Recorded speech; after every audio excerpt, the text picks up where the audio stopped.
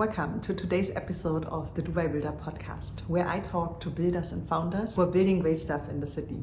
And today's episode is an interview with Meeta, who has built her entire business out of one WhatsApp group.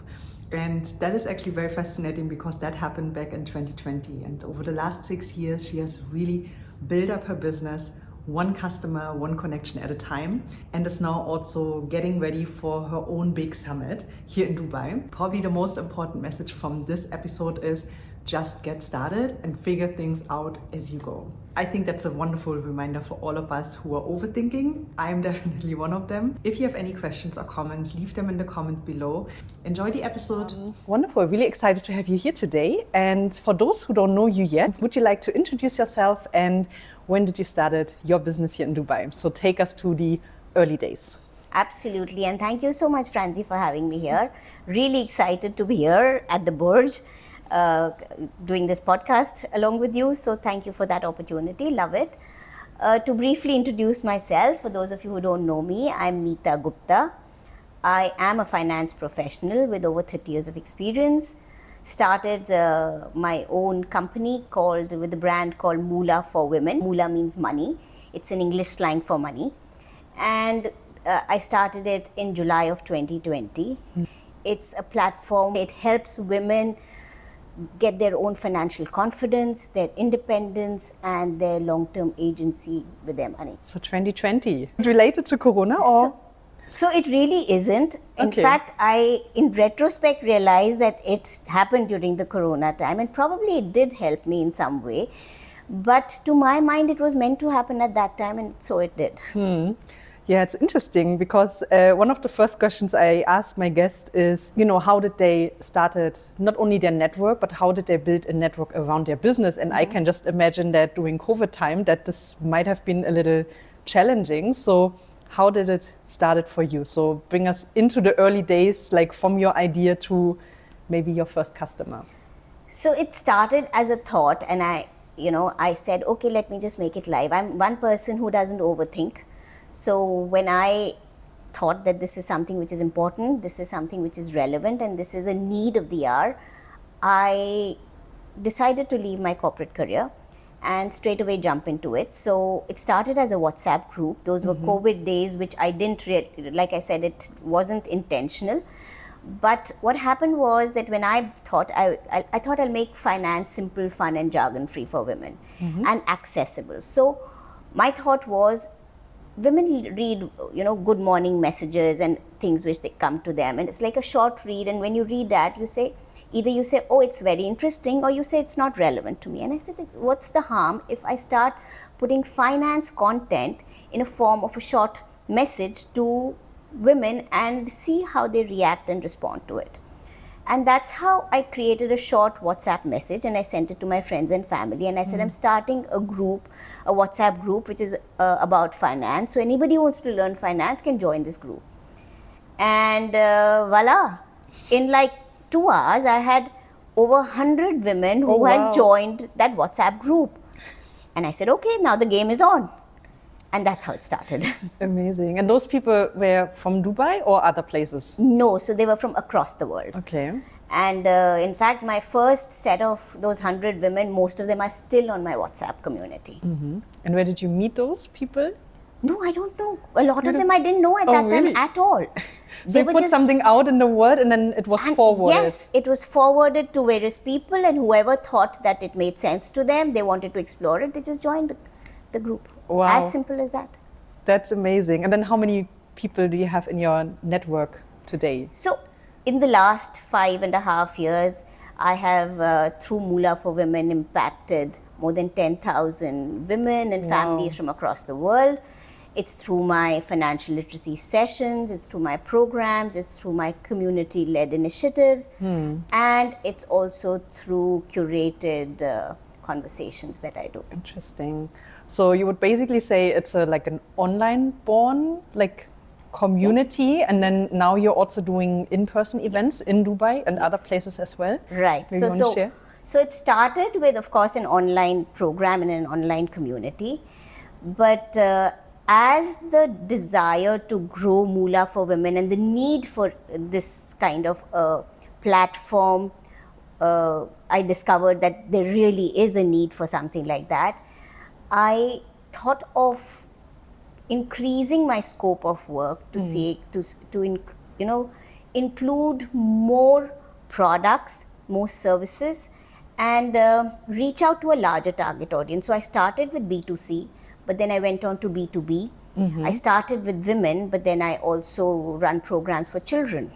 So the whole idea was to create financial literacy amongst not only women, but amongst everybody who I could. So that was one thing. And then I have now started something which is called the Moolah Movement Circle, where we meet every week.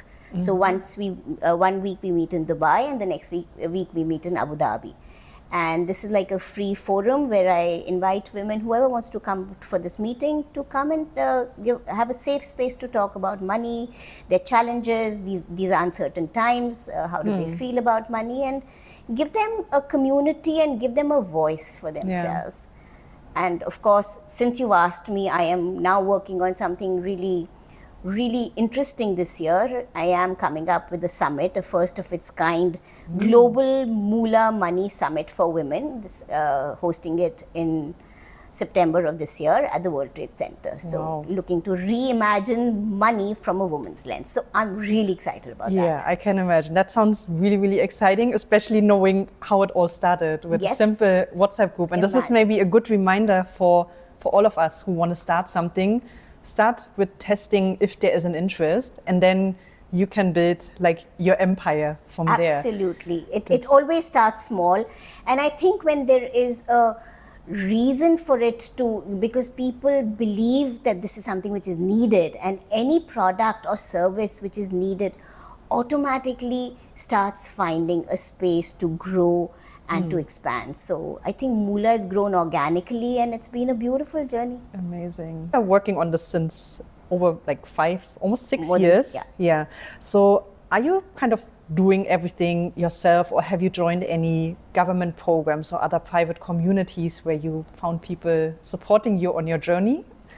So it's been interesting, because what I've seen in the last 5 and more years is, initially my business grew organically. It was through word of mouth. One person used to refer to their sisters, mothers, and other people, and that's how the community grew when it began.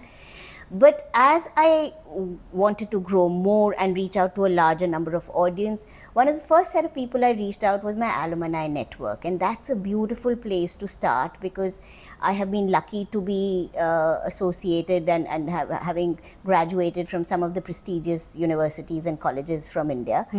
And that helped me reach out to them, because they're all, I mean, considering the years of experience we've all had in the industry, they were all at very senior roles. And that helped me get inroads into corporates and, talk to various people around there. And of course, they all supported me, because being an alumni, they generally do that.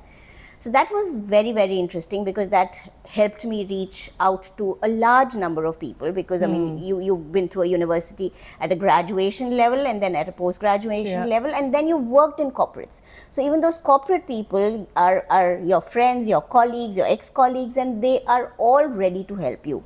So that was the ecosystem I tapped onto initially. But then as the desire got more to spread Moolah's wings over the world, I started reaching out to different networks. So there's the Indian network, then there is the Dubai Business Women's Council, there are international networks which are there. There is a network of coaches which I am associated with. So these are the networks I started tapping into, because once you get into these networks and probably give them a few, free sessions and tell them what you're doing, automatically the word starts spreading more and more, and that's how it's grown. Great. So there are a couple of also supporting communities you joined here in Dubai. Wonderful. But none of the government authorities now, which is where I am with the summit coming. I am obviously looking to reach out to more and more government organizations and more corporates to see that I get support from all of them. That's great. Yeah, but it's already a great starting point, and we will definitely put the reference link also below so that others can check this out as well. We would move on to our community question. And the question is, what is a decision you made that looked irrational on paper, but you would do it again? I think it's always to go with the flow. So the way I work is I don't test a lot of things. When I started the WhatsApp community, I just went with the flow. When I started, when I actually went on social media, I again went with the flow. There are learnings which happened. Like I was inundated when I actually launched my social media campaign on Instagram the first time. I was inundated with so many people who joined that, who signed in for that after that advertisement that I was running, that I didn't know how to service them. I was like, what am I supposed to even do with so many people, right? Because as a single business owner who had didn't have so many people or a team working with me, I realized that sometimes you literally get more than you can chew. And that probably was something which I realized, that has to be a better system in which I get my leads so that they can be translated into customers. So it has to, that flow has to go through a proper process. So it's not just about putting yourself on social media, start advertising your service or whatever it is, but use proper ways. And that was actually probably a huge learning for me, which happened. Yeah, but it also sounds like a very nice problem to have more people reaching out than you can actually serve, right? That's true. In fact, I had to build systems around it because I had more people who'd come in than I mean, that was my first time. Yes. So it was literally like, oh, that's the kind of people who can reach out to you through social media. Yeah. And so yes, absolutely a good problem to have. That's a very good problem to have. Yes. What is one current challenge you're facing, or like a next level you want to unlock for your business? I think, currently my focus being the summit, that's what is keeping me busy in terms of looking for anchor partners, collaborators, sponsors, celebrities, people who have women who are leaders or women whose voice matters. So I am looking at influential women because all of those things are going to be required to create this summit to make it a success. It's something which, the important thing is that this summit has to be a success for all the women around the world. If we want to have women associated with wealth and we want this gender gap to be bridged, then what is really important that this summit becomes and belongs to every woman on this planet. And for that, the whole idea is to reach out to as many people and see and pass my vision on and talk about my vision to more and more people so that they feel connected to it and then start associating with it. It's like a very big project, like a very big thing. And you also mentioned you are currently operating your business by yourself individually. Yes. For the summit, you have a team in place, or how do you operate? Maybe we can just talk a little bit more about this. Sure. So while primarily I am, probably my team is not anybody who I have hired as a part of my employees or on my permanent roles, but I operate with freelancers or with project specialists or with various people who I need for a particular task, right? So like for the summit, I have a person who is really seasoned in doing events, in building a brand out of this and curating this whole exercise. Yeah. So I have collaborated with him for this purpose. So if I need a social person who has to run my social media campaign, I take those people on board. I have a team who's doing my accounting. I have a team who's doing my, like I said, social media campaign, website handling. So each of them is being done by separate people, but they're all outsourced. None of them are on my roles. Okay, so basically collaborating with freelancers. Yes. Yeah, and a good reminder that we don't have to do it all by ourselves, Absolutely. especially with those bigger initiatives coming up. How did you find those freelancers? I find this personally very challenging to separate people who are interested to work with me versus those who are really, putting in the work and come really with the expertise. So maybe you can just share 1 or 2 words on this, and then we're also ready to wrap up. Sure. So I think it's hit and trial. I mean, sometimes it's somebody has recommended a name and then you try and, work around, but it's still easy to work with a freelancer, because if it doesn't work, you can just tell them to go and you find another one. Imagine if you had an employee on board and then to tell them to go because they're not performing as per your desire, or they're not good enough for you. It becomes so much more challenging. So I prefer to work through these freelancers or these organizations which are service organizations, right? So you outsource your work to that organization, and that particular work is done by them. Okay, so you said word of mouth is one thing, like somebody else has maybe worked with them. That's of course a good referral. Yes. And then other platforms, any names which come to your mind, which could be also relevant for other builders? So I think it's always through word of mouth, because when you have, and obviously you reach out in your networks and then you say, oh, you're looking for this particular, service, and then you'll get a host of people who will send their recommendations, and then you reach out to each of them, start talking to them. That's the way it works, because otherwise there's so many. How do you even start to say which one is the right one, and how do you trust a person? So trust, I think, again builds because of word of mouth, and that's a very important learning as an entrepreneur, to understand that it's always about trust. Yes. Whether it's your own service or a service which belongs to anybody else, at the end of it, it's all about trust. True. Couldn't agree more. Yeah. So word of mouth, especially in a city like Dubai, where we have different nationalities, but then having someone recommend a service makes it, of course, a little bit more tricky for someone who wants to establish themselves. It's not impossible, but yeah, that's probably a good way to tap into the existing network you also have. So, Meeta, is there anything else you would like to add before we wrap up? Any topic you would like to cover? Bonus insights? So I think it's, first of all, I'd like to again thank you for this opportunity, because the larger number of people I can reach out to about how important what I am trying to create is for the world at large, and try to get more and more people become stakeholders in the vision that I have for Moolah for Women. I think it's going to really, be a win-win situation for everybody, because for me, I call it my ikigai, literally, Moolah for Women, where it's my passion, profession, vocation, mission, everything.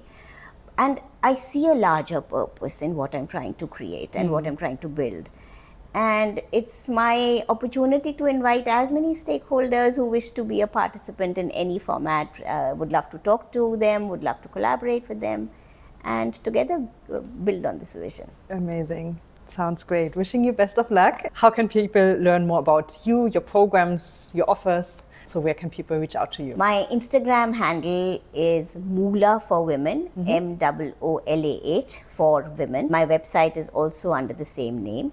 I am available on LinkedIn, on Instagram, and if you even send me a message on my website, I'll be able to respond. Thank you so much. We close with a high five, and very excited to see what's coming up on your end. Thank you so much, Francie, for having me so here. Much. Loved it.